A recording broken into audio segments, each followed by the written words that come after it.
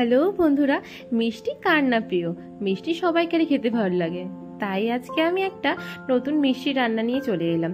অবশ্যই তোমরা এটা বাড়িতে ট্রাই করবে আর আমাকে কমেন্ট করে জানিও যে কেমন হয়েছে খেতে। আজকে আমি কেশর কান নিয়ে চলে এসেছি। কালাকান্দেরই আরেকটা রূপ এটা।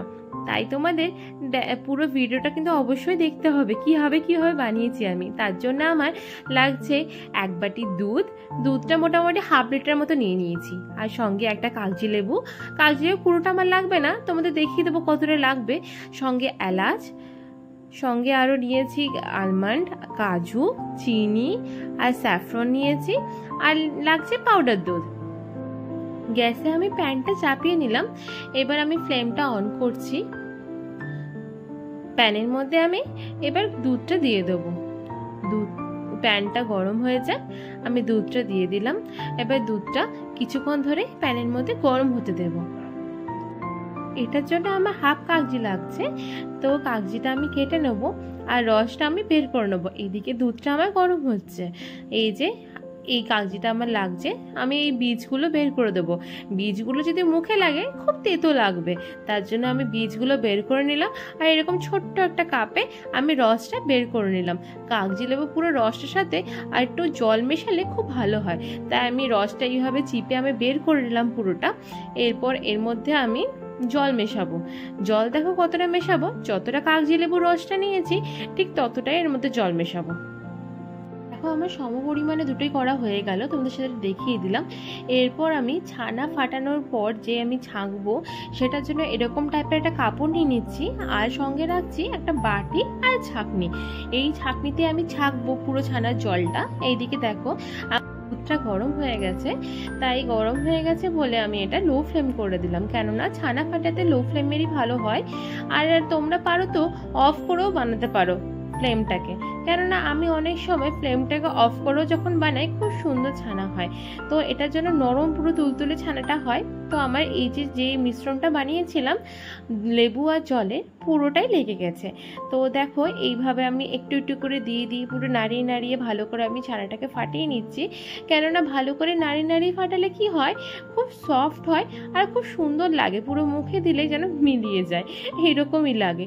তো দেখো আমার ছানাটা পুরোপুরি ফেটে গেছে। আর এইভাবে নাড়ি নাড়ি করলে খুব সুন্দর হয়। তো দেখো কি সুন্দর হয়েছে, পুরো খান খান ভাবে ছানা ফেটেছে। এরপর এটা আমি ছেঁকে নেব। তো সেই জন্য যেভাবে তোমাদের বলেছিলাম সেইভাবে আমি ছেঁকে নিলাম জিনিসটা। তো জল অনেকটাই আমার বেরিয়েছিল, তাই জলটা এক এক করে সাইডে সরিয়ে দিচ্ছিলাম। তারপরে আবার প্যানটা আমি বসালাম। প্যানটা গরম হয়ে এলেই এই প্যানের মধ্যে আমি আবার কিছুটা গরম দুধ দিয়ে দেবো। আর কেন তো ওই দুধটা, কেননা যেহেতু এটা কেসার কান বানাচ্ছি, তাই কেসারটা যে রং ছাড়বে আর গন্ধটা ছাড়বে সেটার জন্য আমার গরম দুধ চাই। তাই প্যানের মধ্যে আমি গরম দুধ দিয়ে দিলাম। দুধটা ফুটে এলেই আমি সঙ্গে সঙ্গে দুধটা বাটিটার মধ্যে ঢেলে কিছুটা স্যাফরন ওর মধ্যে দিয়ে দেবো।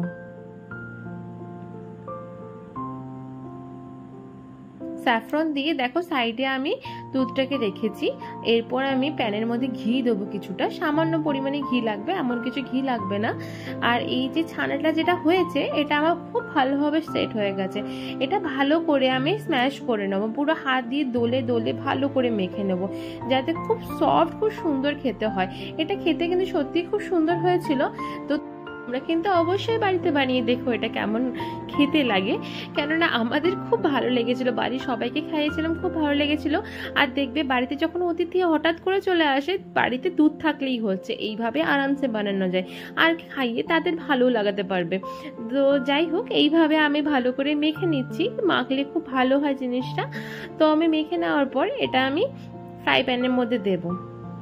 দেখো কত ইজিলি মাখা যাচ্ছে, কেননা ছানাটা খুব সুন্দর হয়েছিল, সেই জন্য খুব ইজিলি মাখা যাচ্ছে।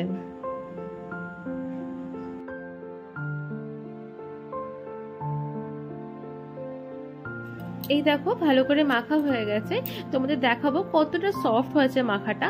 এই দেখো কত সুন্দর সফট হয়েছে না। তো যাই হোক, এইভাবে তোমরা যদি করে নাও খুব ইজিলি খুব সুন্দর হয়ে যাবে, খুব তাড়াতাড়ি হয়ে যাবে, সব থেকে বড় কথা। এরপর আমি কি করছি, আর আলমন্ড যেটা আছে সেটা ভালো করে টুকরো টুকরো করে নিচ্ছি, পিস পিস করে এর মধ্যে দিলে খুব ভালো লাগে খেতে, তা আমার ভালো লাগে, তবে এটা অপশনাল। তোমরা প্যানের মধ্যে আমি ছানাটাকে দিয়ে দিলাম। এবার ভালো করে এটা আমি নাড়াঘাটা করব, কেননা এই ঘিয়ের মধ্যে যদি ছানা দেওয়া হয় খুব ভালোভাবে গন্ধটা ঘিয়ের মধ্যে চলে আসে। আমি এইভাবেই বানাই, আমার এইভাবেই ভালো লাগে, আর বাড়ির লোকেরও এইভাবেই ভালো লাগে। দিয়ে দেখো এরপর আমি কেশর ভেজানো দুধটা দিয়ে দিলাম, ভালো করে এটা মিশিয়ে নেব। যতক্ষণ না এটা শুকিয়ে যাচ্ছে ততক্ষণ কিন্তু আমার কন্টিনিউ নেড়ে যেতে হবে, এইভাবে আমি নাড়তে থাকবো। এই দেখো এখানে বাদামগুলো সব আমি দিয়ে দিলাম।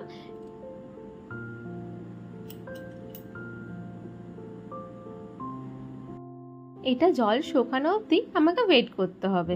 এরপর আমি কি করছি, এই যেটা প্লেট নিয়েছি প্লেটটাকে ভালো করে মুছে সেটাতে একটু ঘি বুলিয়ে নেবো, কেননা এর মধ্যে সেট করবো আমি জিনিসটাকে, তার জন্য এই যে ঘি বুলিয়ে নিলাম, এটা মায়ের হাতে বানানো ঘরের ঘি। তো ঘিটা ঘরে বানানোর টেস্ট একটু আলাদাই হয়। তো এই রেসিপি যদি তোমাদের চাই অবশ্যই আমাকে কমেন্টে জানিও। এরপর আমি এলাচগুলোকে ভালো করে গুঁড়ো করে নেব, কেননা এলাচ দিলে এর মধ্যে ফ্রেগরেন্সটা খুব ভালো আসে, তার জন্য এলাচটাকে আমি গুঁড়ো করে নিচ্ছি। আর এর মধ্যে আমি পাউডার দুধটা মিশিয়ে নিচ্ছি। তোমরা পাউডার দুধ মোটামুটি 1 কাপ মতো নিও, আমার 1 কাপই লেগেছে, বরং বলতে গেলে 1 কাপে একটু কমই লেগেছে। কিন্তু এইরকম ভাবে যদি পরে পরে পাউডার মিল্কটা মেশাও শুকাতে খুব তাড়াতাড়ি হয়, শুকনো শুকনো হয়ে গেলে তোমাদের নামাতেও খুব তাড়াতাড়ি হবে, সেজন্য আমি শেষের দিকে দিই। এই দেখো কতটা শুকনো শুকনো হয়ে গেল না।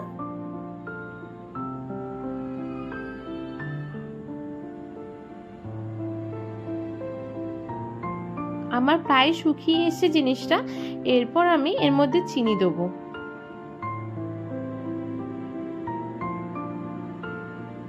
এলাচ গুঁড়োটা দিয়ে নিচ্ছি। এরপর চিনি মেশাবো। চিনি দেওয়ার পর একটু জল জল ছাড়ে, তাই আর একটু শুকাতে একটু টাইম লাগে, তো তাই আমি একটু ভালো করে নাড়িয়ে ছাড়িয়ে নেবো কিছুক্ষণ মতন। আর সামান্য দেখো নুন দিচ্ছি, নুন আর চিনি দুটো একসাথে দিলে ব্যালেন্স খুব ভালো হয়। মিষ্টির মধ্যে ভেবো না খালি চিনি দিতে হবে, মিষ্টির মধ্যে সামান্য যদি নুন দেওয়া হয় তাহলে স্বাদটা আরো দ্বিগুণ হয়ে যায়। তাই দেখো তোমরা এইভাবে করে দেখো। তো আমি এরকমভাবে ভালো করে মিশিয়ে নিচ্ছি। মিশিয়ে নেওয়ার পর আমি এবার প্লেটের মধ্যে এটাকে সাজাবো। তার জন্য কিছু বাদাম আরও একটু চাই, আমার যে বাদামগুলো নিয়েছিলাম তার সবগুলো আমি এর মধ্যে দিয়ে নিই। কিছু বাদাম আমি রেখে দিয়েছিলাম, কেননা উপর থেকে গার্নিশিংয়ের জন্য কিছু বাদাম আমার লাগবে, তো আমি বাদামগুলো কেটে রেখে দিলাম। তো এরপর দেখো প্রায় শুকিয়ে শুকিয়ে এলো, তো আমি নামিয়ে নেবো জিনিসটাকে। এবার এই দেখো নামিয়ে নিচ্ছি। খুব সুন্দর কালারও এসেছে, যেহেতু কেশর কান্দেটা, তো হলদেতে রঙ তো আসবেই। তো যাই হোক তোমরা দেখে নাও কেমন ভাবে করছি। তো এই যে আমি নামিয়ে নিলাম।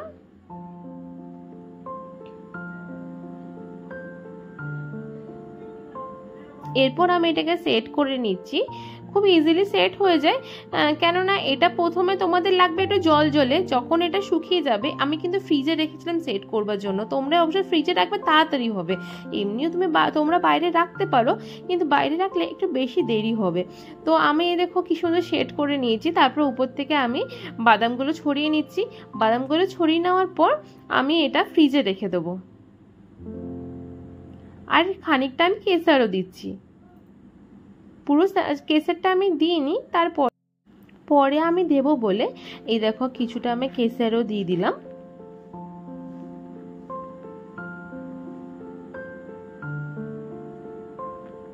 গার্নিশিংটা কেমন হয়েছে সেটা অবশ্যই তোমরা জানিও কিন্তু কমেন্টে। এই দেখো আমার রেডি পুরো।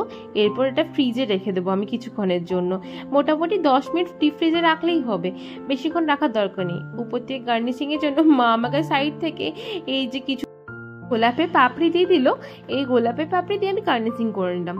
এরপর আমার সেট হয়ে গেছে পুরোটা, তাই আমি কি করছি ফ্রিজ থেকে বের করে নিয়ে এই যে ঘিটা রাখলাম, ঘিটা আমি এই যে ছুরিটার মধ্যে ভালো করে লাগিয়ে নিচ্ছি। ছুরিটার মধ্যে লাগিয়ে নিলে কি হবে, আমি যে কাটবো এটা, তো কাটলে খুব ইজিলি কাটা যাবে। আর যদি ছুরিতে মধ্যে ঘি না লাগাও বা তেল যাই তোমরা ইউজ করো না কেন, যদি না লাগাও তাহলে এটা ভালো করে কাটা যাবে না। এই যে আমি কেটে নিচ্ছি ভালো করে। তোমরা যে কোনো আকার দিতে পারো, বরফিও করতে পারো, স্কোয়ারে করতে পারো। আমি স্কোয়ার করে নিয়েছি এখানে। দেখো কত সুন্দর কাটা যাচ্ছে, কি ইজিলি কাটা গেল। এই যে কাটা হয়ে গেল, এই দেখো কি সুন্দর হয়। কিন্তু এটা খেতেও খুব সুন্দর হয়, তোমরা অবশ্যই করে দেখো এটা। আজকের মতো টাটা।